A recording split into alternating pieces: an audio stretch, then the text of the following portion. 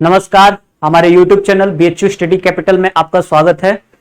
जैसा कि CUET का डेट अनाउंस हो चुका है और यही CUET एक ऐसा एंट्रेंस है जिससे सारे सेंट्रल यूनिवर्सिटी जैसे MU हो गया, BHU हो गया, DU हो गया, उसमें जो एडमिशन की प्रक्रिया है जो इसी CUET के माध्यम से होना है। तो उसमें जो CUET में जो BSc के लिए जो कोर्सेज के लिए जो एग्जाम होने वाले हैं, उसमें जो बायो का जो सिलेबस है, जो डोमेन सिलेबस बायोलॉजी का है, उसको हम आज के वीडियो में डिस्कस करने वाले हैं। अगर आप इस चैनल पे नए हैं तो इस सब्सक्राइब कर लें और बेल आइकन को प्रेस कर लें ताकि जो इसके रिगार्डिंग जो ज्यादा जानकारी हो वो आप तक पहुंच पाए। ठीक है, अगर आप पुराने स्टूडेंट हैं तो इस वीडियो को थोड़ा ध्यान से देखिए, क्योंकि इसमें हम जो आने वाले एंट्रेंस के रिगार्डिंग जो है बायो का सिलेबस हम डिस्कस करने वाले हैं। ठीक है, तो हम आगे बढ़ते हैं इस वीडियो में और देखते हैं। पहला जो यूनिट है इसमें वो है आपका रिप्रोडक्शन, और इस रिप्रोडक्शन यूनिट के जो है इसमें हम 4 चैप्टर पढ़ने वाले हैं। तो पहला जो है इसमें रिप्रोडक्शन इन ऑर्गेनिज्म है, next one is the sexual reproduction in flowering plant है, और third one is the human reproduction, and next one is the reproductive health. तो all this chapters are regarding to the reproduction and we will discuss each and every chapter in detail to crack the exam। ठीक है, और इस reproduction में जो जितने भी सब चीजें हैं रिप्रोडक्शन के रिगार्डिंग, वो चाहे ह्यूमन का हो, चाहे फिर एनिमल का हो, किसी और एनिमल का हो, या फिर प्लांट का हो, तो ये सारा रिप्रोडक्शन में जो है हम ये चारों चैप्टर में डिस्कस करेंगे। और आगे बढ़ते हैं,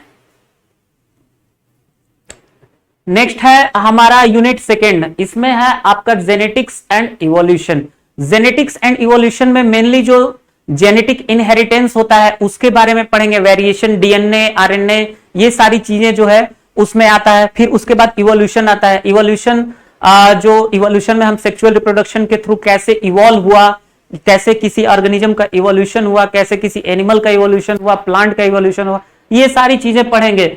और हेरिडेटरी में जो डिजीजेस होती हैं, हेरिडेटरी जो जेनेटिक डिजीजेस होती हैं उसके बारे में, कैसे जेनेटिक म्यूटेशन होता है, तो ये सारी चीजें जो है हम जेनेटिक एंड इवोल्यूशन वाला यूनिट में पढ़ेंगे। ठीक है, और नेक्स्ट मूव करते हैं हम unit third, biology and human welfare. ठीक है, बायोलॉजी एंड ह्यूमन वेलफेयर में क्या क्या बायोलॉजिकल प्रोडक्ट है जिसको हम ह्यूमन वेलफेयर में यूज कर सकते हैं, और इसी में एक हेल्थ एंड डिजीज चैप्टर आता है जिसमें हम और बहुत सारे डिजीजेस जो होते हैं उनके कॉज और उनके सिम्टम्स और बाकी सारी चीजें जो होते हैं उनको क्योर कैसे किया जाए, ये सारी चीजें पढ़ेंगे हेल्थ एंड डिजीज में।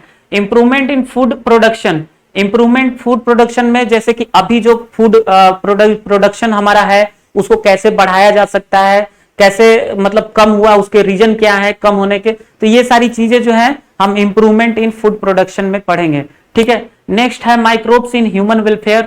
तो कौन से स्मॉल ऑर्गेनिज्म जो है वो ह्यूमन के काम आ सकते हैं, किसी मतलब ऐसे प्रोडक्ट में जो ह्यूमन वेलफेयर में यूज हो सकता है, उसको वो सारी चीजें जो है हम माइक्रोब्स इन ह्यूमन वेलफेयर में पढ़ेंगे।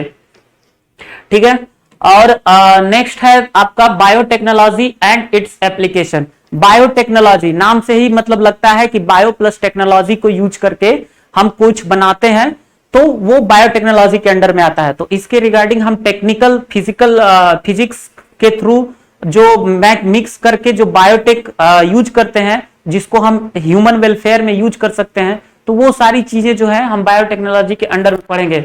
और उसी का एप्लीकेशन जो एग्रीकल्चर में हो सकता है, ह्यूमन वेलफेयर में हो सकता है, तो ये सारी चीजें जो है वो सेकेंड चैप्टर में पढ़ेंगे। And the last unit is ecology and environment. इसमें इकोलॉजी में क्या होता है कि हम आसपास के जो भी सराउंडिंग होता है उसके बारे में पढ़ेंगे, उसमें फैक्टर क्या है, और different ecosystems and biodiversity. Biodiversity means होता है कि different type of organization living in a particular area. ठीक है, और how we conserve the biodiversity and its organism.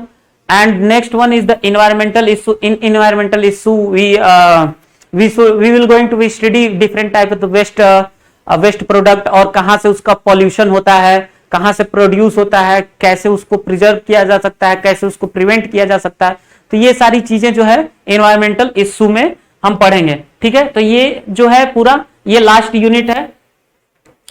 इसके बाद अब आने वाले जो इंट्रेंस है, जैसे सीयूईटी है, तो सीयूईटी को अगर आप क्रैक करना चाहते हैं तो हमारे चैनल को ज्वाइन कर लीजिए। और हमारा एक एप्लीकेशन है बीएचयू स्टडी कैपिटल, जो कि आपको गूगल प्ले पे मिल जाएगा, वहां से आप डाउनलोड करके कोर्सेज को ज्वाइन कर सकते हैं, क्योंकि अभी हमारा नए नए कोर्सेज लॉन्च हुए हैं, तो उस पर आप जाके ज्वाइन कर सकते हैं, या फिर दिए गए व्हाट्सएप नंबर पे आप कॉल करके बाकी डिटेल ले सकते हैं। ठीक है, तो आज के वीडियो के लिए इतना ही। अगर आप नए हैं इस चैनल पे तो इसको सब्सक्राइब कर लीजिए और बेल आइकन को प्रेस कर दीजिए।